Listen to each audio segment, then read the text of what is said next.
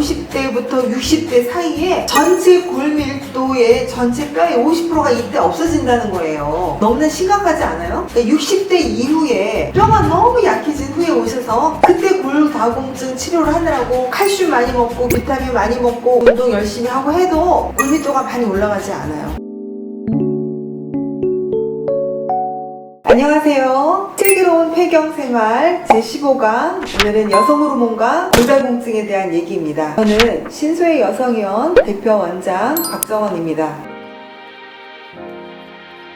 슬기로운 폐경생활이 그동안 폐경의 진단부터 호르몬의 종류, 호르몬의 치료의 필요성, 유방암과의 관계, 심혈관계 관계, 혈전 이런 것들을 이제 계속 설명을 해드려 왔고, 이전 시간에는 폐경기, 비뇨생식기 증후군에 대한 설명도 드렸습니다. 오늘은 폐경되고 나서 굉장히 중요한 이 골다공증에 대해서 말씀을 드리도록 할게요. 제가 오늘 준비한 영상 중에 골다공증이 생기는 그런 일러스트 영상도 함께 보실 수 있는데, 어떻게 골다공증이 생기는지 머릿속에 팍 오실 수 있고 그거에 대한 중요성도 많이 아실 수 있습니다. 우리나라 골다공증의 빈도를 한번 알아보도록 할까요? 50세 이상 국민들의 남자에서는 골다공증의 빈도가 약 7.5%고요. 여성은 35.9% 정도, 거의 36% 정도가 여성분들은 50세 이상은 골다공증이다. 그러니까 지나가는 50세 이상 여성의 3분의 1 이상이 골다공증이다. 골다공증이 왜 중요하냐면, 나이 드셔서 한 60대 후반 정도, 특히 고관절 골절이 생겨서 침대에 오랫동안 누워 계시다가 운동도 못하고 수술하고 나서 회복돼서 또 고생하시다가 근육도 또 약해지고, 그래서 결국 뇌졸중이나 뭐 이런 거 동반되고, 이 골다공증은 사망률하고 굉장히 밀접한 관계가 있습니다. 그리고 골절이 되면 얼마나 여러분 일상에 불편함을 많이 겪으시겠어요? 그렇기 때문에 골다공증 오늘 중요한 요인들 다시 한번 짚어보도록 하겠습니다. 골다공증은 우리 뼈의 밀도가 낮아지는 게 골다공증이죠. 그럼 우리 뼈는 어떻게 구성이 되어 있냐면요, 바깥에 딱딱한 피슬하고 안에 스펀지처럼 부드러운 구성이 되어 있고요. 이것이 이렇게 망상 구조로 되어 있으면서 뼈가 이렇게 구성이 됩니다. 그리고 이 뼈는 파골세포, 뼈를 흡수하는 세포가 있고 뼈를 만드는 조골세포가 있어요. 골절이 되더라도 파골세포가 망가져서 뼈를 이렇게 흡수하고 새롭게 조골세포가 거기를 다시 채워 넣어가지고 본드처럼 붙이면서 단단하게 뼈가 계속 우리 몸 안에서 그 밀도를 유지하게 됩니다. 그런데 골다공증이 생기는 원인은 무엇일까요?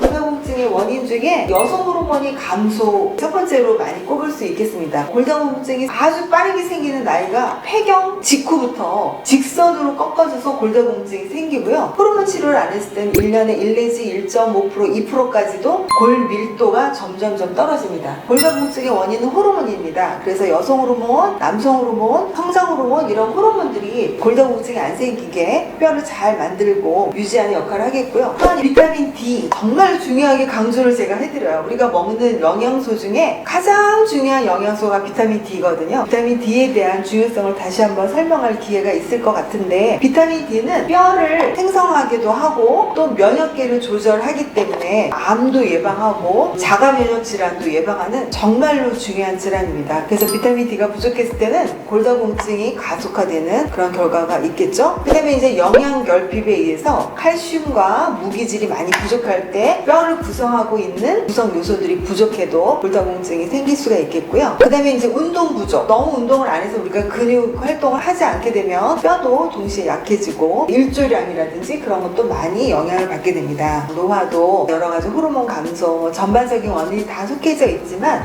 골다공증의 중요한 원인이 되겠습니다. 그리고 골다공증의 원인 중에 하나, 남자분들한테 해당되는 거, 음주와 흡연. 여성분도 마찬가지죠. 흡연은 정말 백해무익하고 음주도 마찬가지고요. 술을 먹으면 간이 그 해독작용을 하더라고 당도 떨어지고 뼈이 흡수하는 대사도 문제가 생기고, 음주도 정말 많이 했을 때는 정말 손해가 많죠. 스테로이드 약을 장기적으로 복용하는 경우도 골다공증의 원인이 되고요. 또 유전적인 것도 골다공증의 원인이 됩니다. 자, 그럼 오늘의 여기서 주제는요, 여성 호르몬과 골다공증의 관계에 대해서 알아볼 거잖아요. 그러면 폐경되는 여성들은 골다공증이 언제부터 심해질까요? 폐경 1년이나 2년 전부터 골다공증이 시작이 됩니다. 그전에는 골다공증이 이렇게 심하게 시작이 되지 않는데 폐경 바로 1년이나 2년 전부터 골다공증이 심해지고 1년에 1 내지 1.5% 평균적으로 골 밀도가 감소하게 됩니다. 그래서 골다공증의 치료는 언제부터 하는 게 좋을까요? 라고 물어봤을 때 여성 호르몬을 치료할 때 여러 가지 좋은 면도 많지만 골다공증을 위해서는 폐경 1년 전부터 여성 호르몬제를 치료를 받았을 경우에는 10년 이후에 골다공증이 나빠졌을 때를 많이 예비한다. 그렇게 말씀을 드릴 수가 있어요. 그러니까 폐경 되자마자 또는 폐경이 되기 1년 전부터 약간의 열 증상이라든지 호르몬 부족 증상이 느끼면 호르몬 치료를 빨리 해도 좋다. 왜냐면 골밀도는 한번 감소되면 얘네들이 골밀도가 다시 올라가기는 너무 힘들거든요. 그러니까 골밀도가 안 떨어지게 하는 게 더 중요하겠죠. 폐경되기 전이라도 뼈를 생각한다면 폐경 직전이나 폐경 1년 전부터 여성 호르몬 치료를 하면 좋겠다. 강조해서 말씀을 드립니다. 유럽이나 이런 데서는 폐경 여성 호르몬 치료를 할 때 47, 8세부터 한 50대 초반까지는 저용량의 호르몬 치료도 하지만 사실은 피임약으로도 피임도 하면서 호르몬 치료가 같이 겸해지는 그런 시기가 있거든요. 그래서 스터디를 해봤습니다. 대조군하고 그러니까 피임약을 쓴 경우랑 피임약을 쓰지 않은 경우, 그러니까 이 피임약이라고 하는 것은 갱년기 여성 호르몬 치료제의 역할을 같이 하고 있는 약을 말하는 건데요. 55명을 각각 대조군하고 피임약을 쓴 경우 실험을 해봤습니다. 그랬더니 1년 정도 피임약을 복용하고 나서 척추에서 요추, 후추, 고관절뼈, 그 다음에 손목뼈 이런 데를 다 통틀어서 골밀도를 측정을 해보았는데 쓴 경우랑 경구피임제를 복용한 경우와 폐경 이후에 또 폐경 전후에 경구피임제를 쓰지 않은 경우에 굉장히 뚜렷한 차이의 골밀도 감소 효과가 있었고 경구피임약을 복용했던 분은 골밀도가 많이 감소되지 않은 것으로 나타났습니다.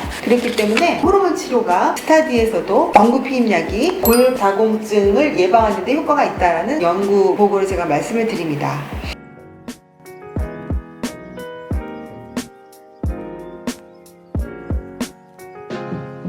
몸의 전체에 골밀도가 가장 높은 게 이제 뭐 35세 이렇게 젊은 나이인데요. 그게 이제 유지가 되다가 폐경이 되기 1, 2년 전부터 골밀도가 빠르게 줄기 시작합니다. 그래서 폐경이 되고 10년 동안 전체 골 감소의 50%가 줄게 됩니다. 그러니까 50대부터 60대 사이에 전체 골밀도의 전체 뼈의 50%가 이때 없어진다는 거예요. 너무나 심각하지 않아요? 그러니까 60대 이후에 뼈가 너무 약해진 후에 오셔서 그때 골다공증 치료를 하느라고 칼슘 많이 먹고 비타민 많이 먹고 운동 열심히 하고 해도 골밀도가 많이 올라가지 않아요. 그러니까 골밀도는 폐경 전후, 폐경 2년 전부터 심해지기 시작하고 폐경되고 1년에 1에서 2% 뼈 밀도가 쭉쭉쭉쭉쭉쭉쭉 떨어져서 10년이 되면 내 뼈의 전체 골밀도의 50%가 10년 동안 빠진다. 그러면 우리가 이때부터 치료를 안 한다고 하는 거는 우리 몸한테 너무 미안한 잘못을 하고 있는 거잖아요. 언제부터 그러면 골다공증 치료를 하는 게 좋은가? 폐경되기 한 1, 2년 전에, 특히 폐경 시작한 1년 정도 열심히 치료를 하면 10년 동안 이렇게 쭉쭉쭉 빠지는 거를 안 빠지게 이렇게 붙잡고 늘어지게 가게 됩니다. 그러므로 이 폐경과 폐경 1년 전부터 여성 호르몬 치료를 하면 골다공증을 예방할 수가 있다. 이런 말씀을 강조해드립니다.